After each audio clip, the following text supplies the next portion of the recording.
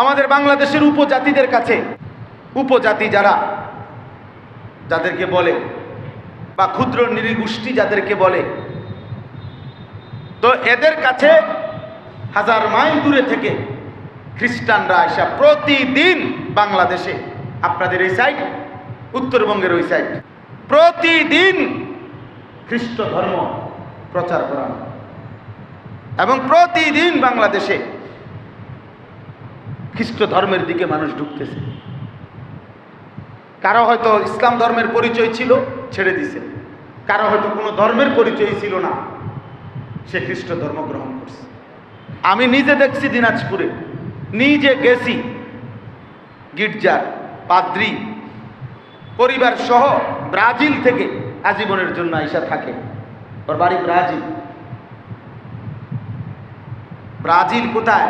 চিটাঙের পরে দিয়া, ফেনীর আগে। কথা বলেন না কেন? কোথায়, কত দূর? সেখান থেকে এসে এই বাংলাদেশে এসে দিনাজপুরে আমার গাড়িটা নিয়ে যাইতে কুইশার, মানে আখের আপনারা কি করেন? কুইশার আখ, এই আখ বাগানের ভিতর দিয়ে অনেক কষ্ট করে পুরাটা রাস্তা ভাঙ্গা, থেকনাওয়ালা, ওইখানে আমরা যখন দেখতে গেছি, আমি গত বছর আমি দিনাজপুরে এক চিল্লা সফরে ছিলাম, তখন দেখতে গেছিলাম। তো ওইখানে দেখছি আজকে এখনকার যুগে আইসা রাস্তা এত বিদ্যুটে যে পিচ তো নাই, সোলিংও নাই, মাটি। তো ওইখানে আমরা, ওইখানে গির্জার মধ্যে লেখা আছে, সর্বপ্রথম উইলিয়াম ক্যারি উনি যখন এখানে আসছেন কলকাতা থেকে খ্রিস্ট ধর্মের দাওয়াত নিয়ে, সেটা কমপক্ষে এখন থেকে প্রায় 250-300 বছর আগে, 225 না 227 মতো, অর্থাৎ প্রায় 200 বছর আগে এখানে আইসা ওই ব্যক্তি খ্রিস্ট ধর্ম প্রচার ওই দিন আছে। আচ্ছা, তাহলে বলেন 200 বছর আগে রাস্তা কেমন ছিল? 200 বছর আগে গাড়ি ছিল এসিওয়ালা, বাজারতে আসছে উনি 200 বছর আগে, নাকি বলেন? প্রিয় ভাই আমার, কমপক্ষে নিজের সীমানাটুকুই আমরা খবর লাগাই। নিজের যেটুকু ছোট্ট বাংলাদেশ, যেটা ওয়ার্ল্ড ম্যাপে, বিশ্ব মানচিত্রে নিজের জায়গাটা পুরোটা লিখতে পারে না। বাংলাদেশ পুরা লিখতে হলে এর জায়গা নাই। এই বিশ্ব মানচিত্রে যে জায়গা আমাকে বরাদ্দ, এর দূরের মধ্যে বাংলাদেশ অক্ষর বেশি, জায়গা কম, হয়তো আশপাশে থেকে কিছু হাওলাত দিতে হবে। এই সামান্যটুকু জায়গা, এটার হিসাব করে বিবেকবান যারা, ঝগড়া করার সময় কই, ধাক্কাধাক্কির সময় কই, ঠেলাঠেলির সময় কই, সময় কোথায়? প্রতিদিন কি পরিমাণ আল্লাহর বান্দা, মুসলিম পরিচয়ধারী, কি পরিমাণ মা বোন বেপর্দা আমার সন্তুষ্টির জন্যই এখানে বসেছিল, আমার স্মরণ, আমার জিকির, আমার কথাই আলোচনা করেছিল। তো আমি আল্লাহ তাআলা, এখানে আমার পছন্দের বান্দা আছে, তাদের বরকতে আমি আল্লাহ তাআলা সকলকে মাফ করে দিলাম। হাদিসের মধ্যে আছে, ফেরেশতারা জিজ্ঞাসা করে যে, আয় আল্লাহ, এখানে এমন লোকও ছিল, ইন্নামা জাআ লিহাজাতিন। আপনারা শুনেন কথা। আচ্ছা, এমন অনেক লোক আছে যারা, বা যে ব্যক্তি এমনিতে কোনো প্রয়োজনে আসছে, মনে করেন তার পরিচিত একজন লোকরে ডাক দিতে আসছে, তো হয়তো সামনে বসছে, ও এখন ডাক দিতে পারতেছে না, এই জন্য নিরুপায় হইয়া পিছনে অপেক্ষা করতেছে যে ও শেষ হলে একসাথে নিয়ে আসবে। অথবা মজলিস উপলক্ষে ভাবছে যে এমনিতে দেখে আসি যাই কি কি হুজুর আসে, যদি কারো সুর টুর ভাল লাগে একটু শুনলাম, ভালো না লাগলে আশা করলাম, এরকম। মানে ভিন্ন কোনো উদ্দেশ্যে আসছে এমনিতে, বা কোনো উদ্দেশ্যই নাই। তো ফেরেশতারা জিজ্ঞেস করবে যে আল্লাহ তাদেরকেও মাফ করবেন? তো আল্লাহ তাআলা বলেন, আমার প্রিয় বান্দাদের মজলিস সাহচর্য এমন যে সেখানে বসলে আমি কাউকেই বঞ্চিত করি না। হুমুল কওমু লা ইয়াশকা বিহিম জালিসুহুম, প্রিয় বান্দাদের মজলিস এমন যেখানে যে কোনো ব্যক্তি বসুক সে বঞ্চিত হয় না, কিছু না কিছু পায়, পাত্র অনুপাতে পায়। যারটা গ্লাস তো সে বালতি সমান পাইব কেন? যারটা জগ সে বালতি সমান পাবে না, পাত্র অনুপাতেই পায়। এই জন্য পুরা মজমা শেষ করে শায়েখ দামাত বারাকাতুহুমের দোয়ার মাধ্যমে বিদায় নেওয়ার চেষ্টা করবেন। আল্লাহ তাআলা আমাদেরকে তৌফিক দান করেন। মোবাইল হাতে ধরে ঘুরাইলে অথবা এটা হাতে ধরে রাখলে মোবাইল রেকর্ডের জন্য কোনো ফায়দা হবে না, নিজের কোনো ফায়দা হয় না, মোবাইলের ফায়দা হয়, ব্যক্তিগত কোনো উপকার হয় না। জন্য কোনো আলেমে দ্বীনের কোনো মজলিসে সরাসরি যখন শুনবার সুযোগ হয়, এটা সবচেয়ে বড় গনিমত, সবচেয়ে বড় গনিমত সুযোগ। এই সুযোগটাকে কোনোভাবেই হাতছাড়া করতে নাই। অন্যের কোনো পেরেশানির দরকার নেই যে আমি ধরে রাখলে হয়তো আরেকজনের দেখবে, অথবা মাঝখান দিয়ে আরেকজনের আরে তাড়াতাড়ি আয় ও আস্ত হয়ে যেতেছে না, এত কিছুর দরকার না। আমি যখন বসতেই পারছি, এবার আমি আমার জন্যই মনোযোগ দিয়ে শুনি, মনোযোগ দিয়ে শুনি, এতে ভীষণ ফায়দা হয়। নজরের সাংঘাতিক বরকত, মানুষের জিন্দেগি পরিবর্তন হয়, হালাত অবস্থার পরিবর্তন হয় এই নজরের দ্বারা, চোখের দৃষ্টি দ্বারা।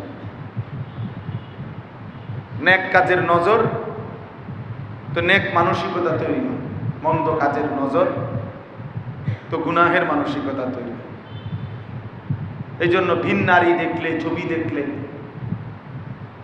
নাচ গান দেখলে, উলঙ্গ অর্ধ উলঙ্গ দৃশ্য দেখলে, বেপর্দা নারী দেখলে, এই চোখ পড়লে তো পুরো সারা শরীরের মধ্যেই ভিন্ন অনুভূতি তৈরি হয়, গুনাহের অনুভূতি তৈরি হয়, অসভ্যতা অশ্লীলতার অনুভূতি তৈরি হয়। ঠিক তার বিপরীতে আল্লাহর প্রিয় বান্দাদের দিকে তাকাইলে, দেখলে, আল্লাহর দ্বীনের কোনো নিদর্শন দেখলে তো ওই নজরের দ্বারাও নিজের মধ্যে ঈমান আমলের জজবা তৈরি হয়। নবী সাল্লাল্লাহু আলাইহি ওয়াসাল্লামকে জিজ্ঞেস করা হয়েছে সর্বোত্তম সঙ্গী কে? সর্বোত্তম সঙ্গী, মনে করেন আমি একজন মানুষকে আমার সঙ্গী বানাবো, কাকে বানাবো? সবচেয়ে উত্তম কে হতে পারে? তো নবী সাল্লাল্লাহু আলাইহি ওয়াসাল্লাম বলছেন তিনটি গুণ যার মধ্যে আছে। এক নাম্বার, মান যাক্কারাকুম বিল্লাহি রুয়াতু, এই এক নাম্বার, এটা যাকে দেখলে, নজর পড়লে আল্লাহর কথা মনে পড়ে, যার দৃষ্টি, যার সাক্ষাৎ, যার রুইয়া, চোখে দেখা, আল্লাহর কথা স্মরণ করিয়ে দেয়। ওয়া যাদা ফি ইলমিকুম মানতিকুহু, যার কথা শুনলে জ্ঞান বাড়ে, কোরআন সুন্নাহর ইলম বাড়ে। তিন নাম্বার হলো ওয়া যাক্কারাকুম বিল আখিরাতি আমাল, যার আমল চলাফেরা দেখলে আখিরাতের কথা মনে পড়ে। এমন ব্যক্তিকে বন্ধু বানানো উচিত, সঙ্গী বানানো উচিত, এমন ব্যক্তির সংস্পর্শ সাহচর্য গ্রহণ করা উচিত। তাহলে দেখেন এখানে প্রথম কথা রুয়াত, চোখে দেখা। দেখা। তাহলে যে মোবাইল সামনে ধরে রাখে সে দেখলো কই, এ তো মোবাইলের দিকে রাখে, তার ক্যাবলা তো হলো মোবাইল, সে তো মোবাইলের দিকে তাকাইছিল। এজন্য যথাযথ ফায়দা হয় না। এজন্য এই চোখে তাকিয়ে থাকা, এটা সবসময়ের জন্য বললাম। জুমার নামাজে ইমাম সাহেব, খতিব সাহেব যখন খুতবা দেয়, বয়ান করে, যখন বাংলায় নসিহত করে, তখন চেষ্টা করবেন চেহারার দিকে এক নজরে তাকায়। যে যত, আমি চ্যালেঞ্জ করলাম, যে যত বেশি কোনো আলেমে দ্বীনের চেহারার দিকে তাকাইয়া বয়ান শুনবে, নসিহত শুনবে, তার জিন্দেগির পরিবর্তন তত বেশি হবে। এটা পরীক্ষিত। তত বেশি পরিবর্তন নসিব হবে, জীবনের মোড় ঘুরবে। নজরের আলাদা সওয়াব আছে। যেমন আল্লাহর ঘর কাবার দিকে তাকিয়ে থাকা নজর ইবাদত। ইবাদত তাহলে বোঝা গেল নজর এটা আলাদা কি ইবাদত। কাবা ঘরের দিকে কেউ যদি তাকিয়ে থাকে তো তার উপরে বৃষ্টি রহমত বর্ষিত হয়। হাদিসে স্পষ্ট আছে আল্লাহর ঘরের দিকে তাকিয়ে থাকে। এজন্য নজরের সাংঘাতিক বড়। নজরের কারণে মানুষের পরিবর্তন হয়, ভালো দিকেরও পরিবর্তন হয়, মন্দ কাজেরও পরিবর্তন হয়। গুনার দৃশ্য দেখলে গুনার অনুভূতি জাগে, তো নেক দৃশ্য দেখলে নেকের অনুভূতি জাগে, ভালো কাজের অনুভূতি জাগে, প্রেরণা জাগে। এজন্য চোখের দিকে তাকায়া বয়ান শোনা উচিত, আল্লাহর কথা শোনা উচিত। যে সমস্ত মানুষ এই গাঁট নোয়া রাখে এরা কিছুটা অহংকারী। এটা কিছুটা অহংকার, যে বলবেন না শুনতে আসি আপনার কথা, আপনি বলেন, আপনারটা আপনি বলে শেষে না করবেন। আমি শুনলে শুনছি, না শুনলে নাই। আপনার সমস্যা কি? না আমার সমস্যা না, সমস্যা আপনার। আমার কি সমস্যা? আমি তো বলতেই আছি। বোঝেন নাই কথা? সমস্যা তো হলো যে শুনে না, হেরে না।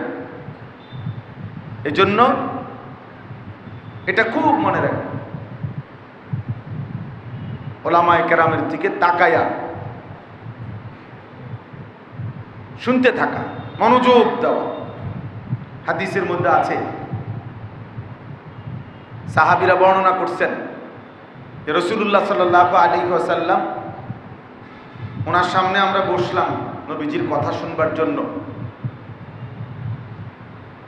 এভাবে বসছি যে কাআন্না আলা রুউসিনা তাইর লা ইয়াতাকাল্লামু মিন্না মুতাকাল্লিম, যেন আমাদের প্রত্যেকের মাথার উপরে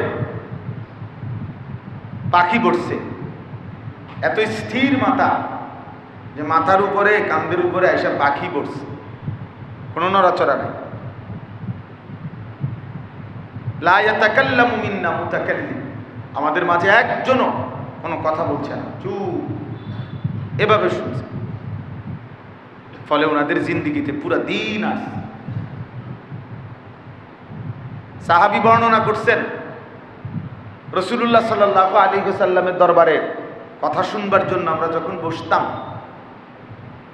তো তিনি বর্ণনা করেন যে মনে হতো যেন আমাদের মাথা, শরীর থেকে মাথাটা আলাদা করে ফেলা হয়েছে।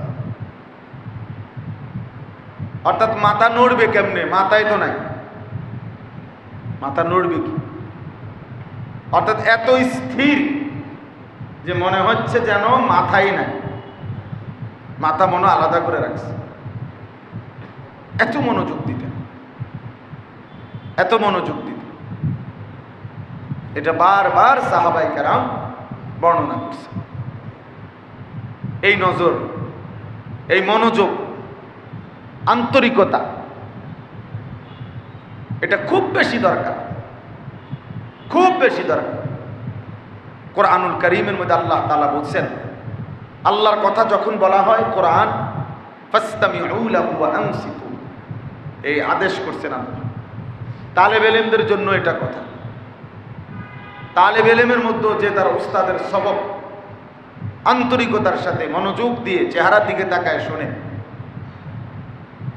সারা বছর দেখা গেছে সে হয়তো দুর্বল ছাত্র, সবাই ভাবছে সে দুর্বল, কিন্তু তার আন্তরিকতা ঠিক আছে, ইখলাস ঠিক আছে, মনোযোগ ঠিক আছে। হতে পারে দোস্ত 12 বছর পরে, 10 বছর পরে আল্লাহ একদিন তোমার এলেমের এক ফোঁটা নূর তোমার কলিজায় দিয়ে দেবে, তো তোমার 12 বছর আলোকিত হয়ে যাবে। এলেম তো নূরকে বলে, এলেম নূরকে বলে। এটা রব যেদিন দেয় সেদিন সব আলোকিত হয়ে যায়। আফামান শারাহাল্লাহু সাদরাহু লিল ইসলাম ফাহুয়া আলা নূরিম মির রাব্বিহ। আল্লাহ তাআলা যার অন্তর ইসলামের জন্য খুলে দেয়, প্রশস্ত করে দেয়, আল্লাহ নিজেই বলেন রব্বুল আলামিন তার অন্তরে রবের পক্ষ থেকে নূর আলো জ্বালিয়ে দেয়, আলো জ্বালিয়ে। এই জন্য দুর্বল হইতে নাই। আমি পড়া পারি না, ঠিক আছে, পারি না তো কি, চলতে থাকো, পড়তে থাকো। ও খুব দ্রুত হাফেজ হয়ে গেছে, হোক দ্রুত হাফেজ, আমি আস্তে পড়তে থাকি। আমি সব সময় সবার পিছনে, ঠিক আছে পিছনেই থাকো, কিন্তু লেগে থাকো। আল্লাহ তাআলা যদি কোনোদিন চায়, আল্লাহর রহমের এক ফোঁটা হবে, আল্লাহর আলো জ্বলবে কলিজায়, এইবার পিছনের সমস্ত কথা মনে পড়বে। আমি বহু মেধাবী দেখছি, বহু মেধাবী দেখছি, আমি দেখছি সারা বাংলাদেশে সর্বোচ্চ নাম্বার পেয়ে সেকেন্ড হয়েছে, এখন বালতি বেছে, প্লাস্টিকের বালতি, এখন বালতি বেছে, বদনা বেছে। কিন্তু আমি বহু দুর্বলকে দেখছি যারা 3 মাদ্রাসায়, যিনি 3 মাদ্রাসায় বুখারী শরীফ পড়ায়, অথচ ক্লাসের সবচেয়ে পিছনের ছাত্র ছিল, কিন্তু ইখলাস ছিল, আন্তরিকতা ছিল, লাইগে থাকছে। এজন্য মনীষীদের একটা উক্তি আছে, দার্শনিকদের একটা কথা আছে যে আমি বহু মেধাবীকে হাঁটতে দেখেছি, কিন্তু কোনো পরিশ্রমীকে হাঁটতে দেখি। মেধাবী ছিটকে পড়ছে খামখেয়ালির কারণে, কিন্তু পরিশ্রমী মেহনতি মানুষ ঠিকই টিকে থাকছে। কখনো সুখ, কখনো দুঃখ, কখনো আনন্দ, কখনো বেদনা, কখনো প্রত্যাশা মতো হয়েছে, কখনো প্রত্যাশা মতো হয় নাই, কখনো আমার বুঝ মতো হয়েছে, কখনো বুঝ মতো হয় নাই, কখনো মূল্যায়ন করছে, কখনো মূল্যায়ন করে নাই। এতে কোনো অসুবিধা নাই। আমি যদি নিয়ত যদি সহি হয়, কাজটা যদি সহি হয়, পদ্ধতিটা যদি সহি হয়, এবার যত ধীর গতিতে হোক একদিন ইনশাআল্লাহ মঞ্জিলে পৌঁছবেই, গন্তব্যে পৌঁছবেই, সফলতা আসবেই। এটা আমাদের বুজুর্গানে দ্বীনের কথা। নিয়ত সহি, কাজটাও সহি, তরিকাও সহি।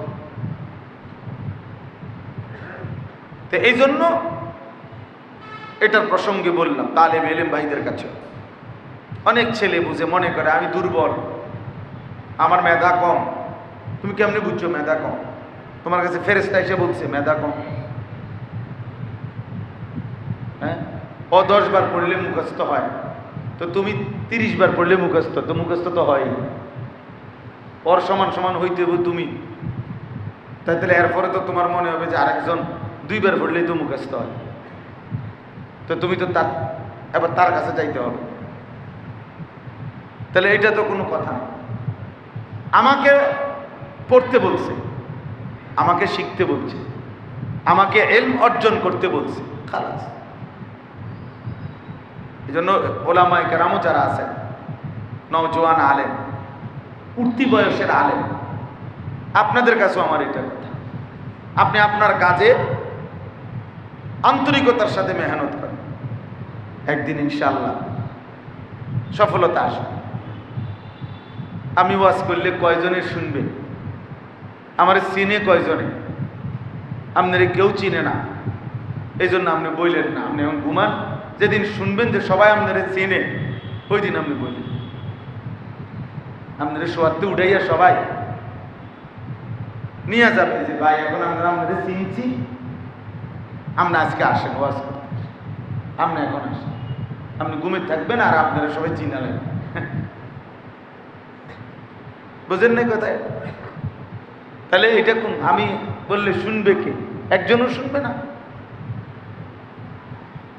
হাদিসের মধ্যে আছে, আল্লাহ নবী সাল্লাল্লাহু আলাইহি ওয়াসাল্লাম বলেন, ফাওয়াল্লাহি লা আন ইয়াহদিয়াল্লাহু বিকা রাজুলান ওয়াহিদান খায়রুন লাকা মিন হুমুরিন নাআম। আল্লাহর কসম, তোমার দ্বারা একজন ব্যক্তি হেদায়েত পাওয়া, আল্লাহর রাস্তা পাওয়া, গোটা আরবের সমস্ত দামি উট তোমাকে হাদিয়া দেওয়ার চাইতেও কোটি গুণে উত্তম। কয়জন? রাজুলান ওয়াহিদ।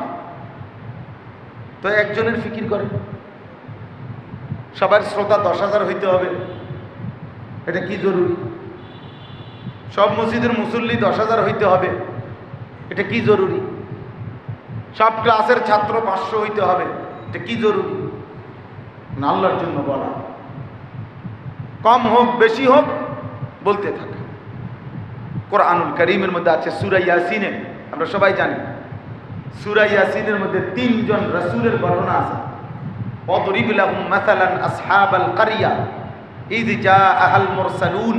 এখানে 3 জন রাসূলের ঘটনা আছে। একটি এলাকায় নবীজি সাল্লাল্লাহু আলাইহি ওয়াসাল্লামের আগে একটি অঞ্চলে আল্লাহ তাআলা ওই মানুষদের হেদায়েতের জন্য 3 জন রাসূল পাঠিয়েছেন একসাথে পরপর একই সময়। ফাআযাজনা বিসালিসিন ফাকালু ইন্না ইলাইকুম মুরসালুন। এই যে 3 জন, মনে করেন একটা উপজেলা, তো একটা জায়গায় 3 জন রাসূল পাঠিয়েছেন আল্লাহ। পাঠিয়ে তাদেরকে কালেমার দাওয়াত দিতে বলছেন। ওনারা লম্বা সময় ধরে দিন রাত কালেমার দাওয়াত, ইমানের দাওয়াত দিছেন। তো কোরআন সাক্ষী দিছে, ওই 3 জন রাসূলের দাওয়াতে ইমানদার হইছে সির্ফ শুধু একজন, শুধু একজন।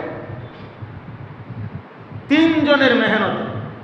ওয়াজাআ মিন আকসাল মাদিনাতি রাজুলুন। এই রাজুলুন মানে কয়জন লোক? তাহলে 3 জন রাসূলের দাওয়াতে যদি ইমানদার হয় একজন, আপনি এর থেকে দামি হয়ে গেলেন কই? ইমাম সাহেব এর থেকে দামি হয়ে গেল কেমনে? মুয়াজ্জিন সাহেব এর থেকে দামি হয়ে গেল কেমনে? আপনি বলা বন্ধ করবেন কেন? এর জন্য প্রত্যেকে আমাদের এটাই দাবি। আজ সময়ের প্রয়োজন, লম্বা সময় দরকার বুঝাইতে। বাকি সংক্ষেপ কথা হলো ভাইয়া, আজকে সময়ের প্রয়োজন এটা যে আমাদের প্রত্যেকটা মুসলমান প্রত্যেকেই যার যার সামর্থ্য অনুপাতে জবান খোলা উচিত, আল্লাহর বান্দাদেরকে ফেরানো উচিত।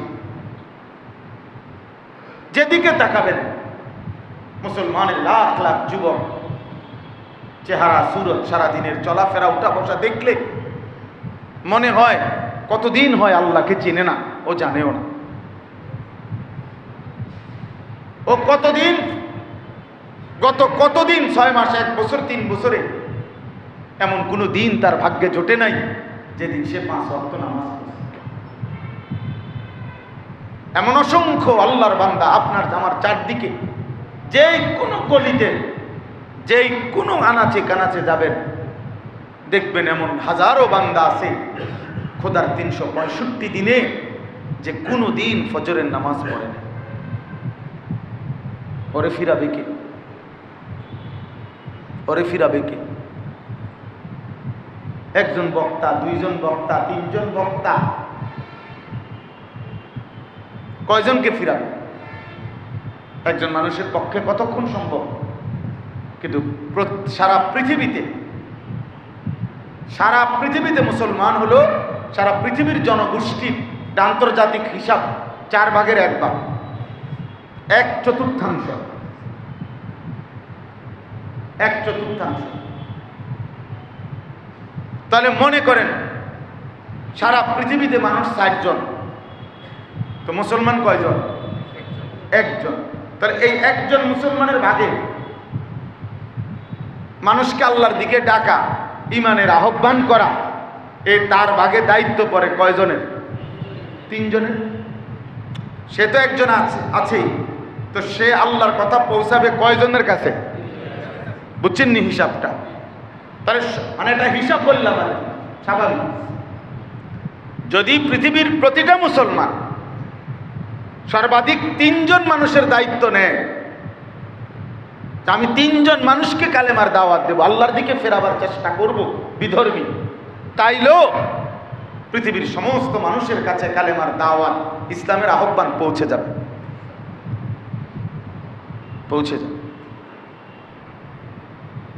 কিন্তু আমাদের সেই ফিকিরটা কোথায়? কে করবে এই ফিকির? আমি একবার অস্ট্রেলিয়া থেকে দাওয়াত ও তাবলীগের একজন মুরব্বী আসছিলেন, আমার শায়েখ আল্লামা মুফতি মুশতাকুর নবী কাসিমি হজরতের মাদ্রাসায় সুদন্যপুরে। উনি বয়ানের মধ্যে বলছিলেন খুব আবেগ দিয়ে যে শুধু অস্ট্রেলিয়াতে এমন অসংখ্য দ্বীপ এলাকা আছে, সাগর পাড়ি দিয়ে যেখানে যেতে হয় দ্বীপ, সেখানে অল্প অল্প কিছু মানুষ থাকে, কোথাও 5,000, 2,000, 10,000 জনগোষ্ঠী, যারা সভ্য পৃথিবী থেকে বিচ্ছিন্ন, তারা তাদের মতোই খায় দায়, ঘুমায়, চলে ফেরে। এই আধুনিক পৃথিবীর কোনো কিছুর সাথে তাদের কি নাই, সম্পৃক্ততা নাই। তিনি বলেন এরকম অসংখ্য অগণিত মানুষ এই পৃথিবীতে, ওইখানে তারা দেখছে যাদের কাছে ইসলামের আহ্বান, কালেমার দাওয়াত কেউ পৌঁছায় না, কেউ পৌঁছায় না। বলেন আমাদের বাংলাদেশের উপজাতিদের কাছে, উপজাতি যাদেরকে বলে বা ক্ষুদ্র নৃগোষ্ঠী যাদেরকে বলে, তো এদের কাছে 1000 মাইল দূরে থেকে খ্রিস্টানরা আসা প্রতিদিন বাংলাদেশে, আপনাদের এই সাইড, উত্তরবঙ্গের ওই সাইড, প্রতিদিন খ্রিস্ট ধর্ম প্রচার করা, এবং প্রতিদিন বাংলাদেশে খ্রিস্ট ধর্মের দিকে মানুষ ঢুকতেছে। কারো হয়তো ইসলাম ধর্মের পরিচয় ছিল, ছেড়ে দিছে, কারো হয়তো কোনো ধর্মের পরিচয় ছিল না, সে খ্রিস্ট ধর্ম গ্রহণ করছে। আমি নিজে দেখছি দিনাজপুরে, নিজে গেছি, গির্জার পাদ্রী পরিবার সহ ব্রাজিল থেকে আজীবনের জন্য আইসা থাকে, ওর বাড়ি ব্রাজিল। ব্রাজিল কোথায়? চিটাঙের পরে দিয়া, ফেনীর আগে। কথা বলেন না কেন? কোথায়, কত দূর? সেখান থেকে এসে এই বাংলাদেশে এসে দিনাজপুরে আমার গাড়িটা নিয়ে যাইতে, কুইশার মানে আখের আপনারা কি করেন? কুইশার আখ, এই আখ বাগানের ভিতর দিয়ে অনেক কষ্ট করে পুরাটা রাস্তা ভাঙ্গা, থেকনাওয়ালা, ওইখানে আমরা যখন দেখতে গেছি, আমি গত বছর আমি দিনাজপুরে এক চিল্লা সফরে ছিলাম, তখন দেখতে গেছিলাম, তো ওইখানে দেখছি আজকে এখনকার যুগে আইসা রাস্তা এত বিদ্যুটে যে পিচ তো নাই, সোলিংও নাই, মাটি। তো ওইখানে আমরা ওইখানে গির্জার মধ্যে লেখা আছে, সর্বপ্রথম উইলিয়াম ক্যারি উনি যখন এখানে আসছেন কলকাতা থেকে খ্রিস্ট ধর্মের দাওয়াত নিয়ে, সেটা কমপক্ষে এখন থেকে প্রায় 250-300 বছর আগে, 225 না 227 মতো, অর্থাৎ প্রায় 200 বছর আগে এখানে আইসা ওই ব্যক্তি খ্রিস্ট ধর্ম প্রচার ওই দিন আছে। আচ্ছা তাহলে বলেন 200 বছর আগে রাস্তা কেমন ছিল? 200 বছর আগে গাড়ি ছিল এসিওয়ালা, বাজারতে আসছে উনি 200 বছর আগে, নাকি বলেন? প্রিয় ভাই আমার, কমপক্ষে নিজের সীমানাটুকুই আমরা খবর লাগাই। নিজের যেটুকু ছোট্ট বাংলাদেশ, যেটা ওয়ার্ল্ড ম্যাপে বিশ্ব মানচিত্রে নিজের জায়গাটা পুরোটা লিখতে পারে না। বাংলাদেশ পুরা লিখতে হলে এর জায়গা নাই। এই বিশ্ব মানচিত্রে যে জায়গা আমাকে বরাদ্দ, এর দূরের মধ্যে বাংলাদেশ অক্ষর বেশি, জায়গা কম, হয়তো আশপাশ থেকে কিছু হাওলাত দিতে হবে। এই সামান্যটুকু জায়গা এটার হিসাব করে বিবেকবান যারা, বিবেকবান যারা, ঝগড়া করার সময় কই, ধাক্কা ধাক্কির সময় কই, ঠেলাঠেলির সময় কই, সময় কোথায়? প্রতিদিন কি পরিমাণ আল্লাহর বান্দা মুসলিম পরিচয়ধারী, কি পরিমাণ মা বোন বেপর্দা, কি পরিমাণ মা বোন বেপর্দা বলেন। মহিলাদের চলাফেরা বাজারে ঘাটে দেখলে মনে হয়, মাঝে মাঝে জিজ্ঞাসা করতে মন চায় যে উনি বাড়িতে থাকে কখন। আপনাদের অঞ্চল আমি জানি না, আমি আমাদের অঞ্চল বলছি। অর্থাৎ মনে হয় যেন বেশিরভাগ টাইমে বাইরে বাইরে, এই জন্য ঘরে থাকে কখন এটা হয়তো আমরা জানি না, নিতে হইব উনি ঘরে থাকে কখন, ঘরে থাকে কখন। সামান্য ফাঙ্গাস মাছ, তেলাপিয়া মাছও মহিলা কিনবে, পুরুষ এগুলো চেনে না। পুরুষ কিনলে ভালো পড়ে না, বুঝেন না? পুরুষ তেলাপিয়া বললে রুই মাছ কিনা লাগে, রুই মাছ বললে ফাঙ্গাস মাছ কিনা ফেলে, বেড়ি চালাক, বেড়ি বুঝে সব। একটা বদনা কিনতে হইল মহিলার চয়েস। বদনার মধ্যে একটা কালারের বিষয় আছে। একটা সামান্য বদনার আবার কালার কি? বদনা তো বদলাই না, এটা কালারের বিষয় আছে। এটা কালার চয়েস করতে হলেও মহিলা বাজার যাইতে হবে, এটা বদনার কারণ। তাহলে এদেরকে কে ফিরাবে বাপ? এদেরকে কে ফিরাবে? মুসলমানের এই নওজোয়ান যারা জীবনে কোনোদিন একবার জিজ্ঞেস করে নাই আমার নবী সাল্লাল্লাহু আলাইহি ওয়াসাল্লামের চুল মুবারক কেমন ছিল, একবার তার মতো চুল রাখি, এটা যাদের কোনোদিন মনে পড়লো না, তাদেরকে কে মনে করায়? রাসূলুল্লাহ সাল্লাল্লাহু আলাইহি ওয়াসাল্লামের চেহারা মুবারক, দাড়িওয়ালা ওই চেহারা কতটা সুন্দর ছিল, দাড়িবিহীন মুসলমান যদি সেটা বুঝত। কোরআনুল কারীমের মধ্যে আল্লাহ তাআলা বলেছেন ওয়াদ-দুহা ওয়াল-লাইলি ইযা সাজা। আল্লাহ তাআলা বলেন বন্ধু এখানে কসম দুইটা, এই দুই কসমের দুইটা অর্থ, এর একটা অর্থ আমি শুধু বলতেছি। ওয়াদ-দুহা শব্দের অর্থ হলো আল্লাহ তাআলা বলছে বন্ধু আপনার ওই সুন্দর আলোকোজ্জ্বল পবিত্র ওই চেহারার কসম, এটা একটা অর্থ। ওয়াল-লাইলি ইযা সাজা, এটার আরেকটা অর্থ অন্ধকার রাত্রির মতো আপনার সুন্দর আলোকোজ্জ্বল চেহারার সাথে আপনার যে ঘন কালো চুল, ওই ঘন কালো চুলের কসম। আল্লাহ বলছে বন্ধু আপনার ওই আলোকোজ্জ্বল চেহারা ওটাও আমি ভালোবাসি, আপনার ঘন কালো চুল সেটাও আমি ভালোবাসি। এজন্য আপনার চেহারার কসম করলাম, আপনার চুলের কসম করলাম।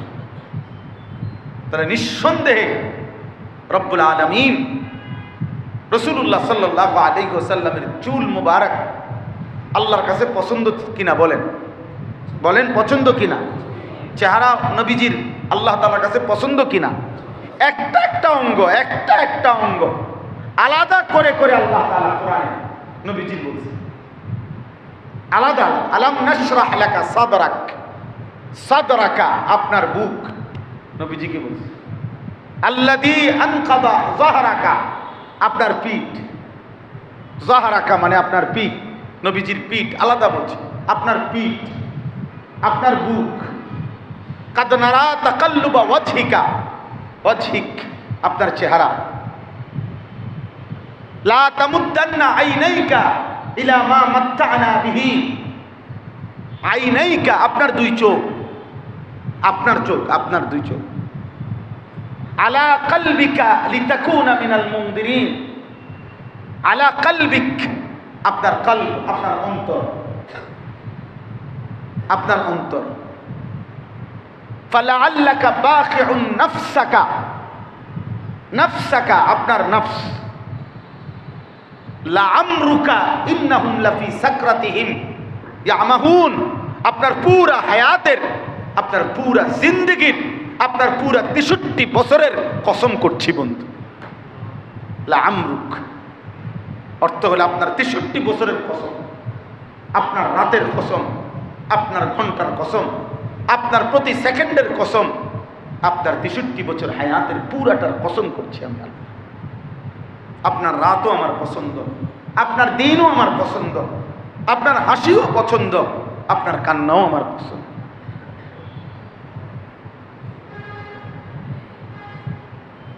সবই পছন্দ।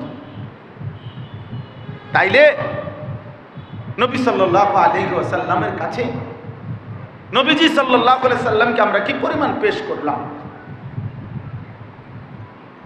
আমাদের হালাতের মধ্যে রাসূলুল্লাহ সাল্লাল্লাহু আলাইহি ওয়াসাল্লামের ভালোবাসা নিয়ে, মহব্বত নিয়ে, ইশক নিয়ে আমরা ঝগড়া করি। কি হিসাবে ঝগড়া করেন? কি জন্য ঝগড়া করেন? কি জন্য ঝগড়া? আজকে যদি এমন হইতো ইত্তেবা অনুসরণের মধ্যে আমিও শতভাগ, সেও শতভাগ,